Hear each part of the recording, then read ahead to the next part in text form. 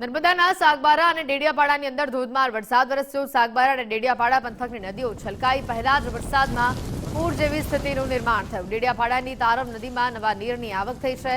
ડુમખલથી મહારાષ્ટ્ર તરફ જતા રસ્તા પર પાણી ભરાયા છે। ડેડિયાપાડાના દાબકા ગામે વીજળી પડતા એક ભેંસનું મોત થયું હોવાનું સામે આવ્યું છે। વાદળછાયા વાતાવરણથી લોકોને ગરમીમાં રાહત મળી છે।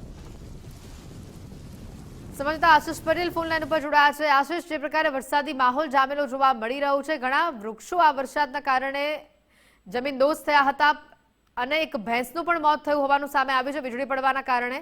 હાલ કેવો વરસાદી માહોલ છે? ખેડૂતો શું કહી રહ્યા છે? સ્થાનિકો શું કહી રહ્યા છે?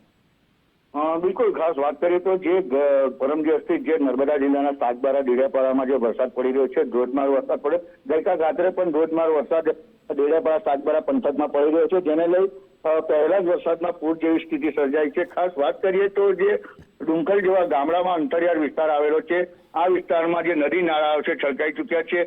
જે નદી નાળાઓ છે જેમાં નવા નીર આવ્યા છે, એટલે હાલ જે વરસાદ જે છે એ પહેલા જ વરસાદમાં આજે ખેડૂતો ખુશ થઈ ચૂક્યા છે, કારણ કે જે પોતાનું મોંઘું જે બિયારણ વાવણી કરી ચૂકેલું છે, જે ખેતરો ભરાઈ ચૂક્યા છે, જેને લઈ ખેડૂતોમાં ખુશી છે। પરંતુ જે દાબકા ગામ જે છે ડેડિયાપાડા પંથકમાં આવેલું છે, દાબકા ગામમાં જે ગઈકાલે રાત્રે વીજળી પડતા એક પશુ એટલે કે ભેંસનું પણ મોત થયું છે।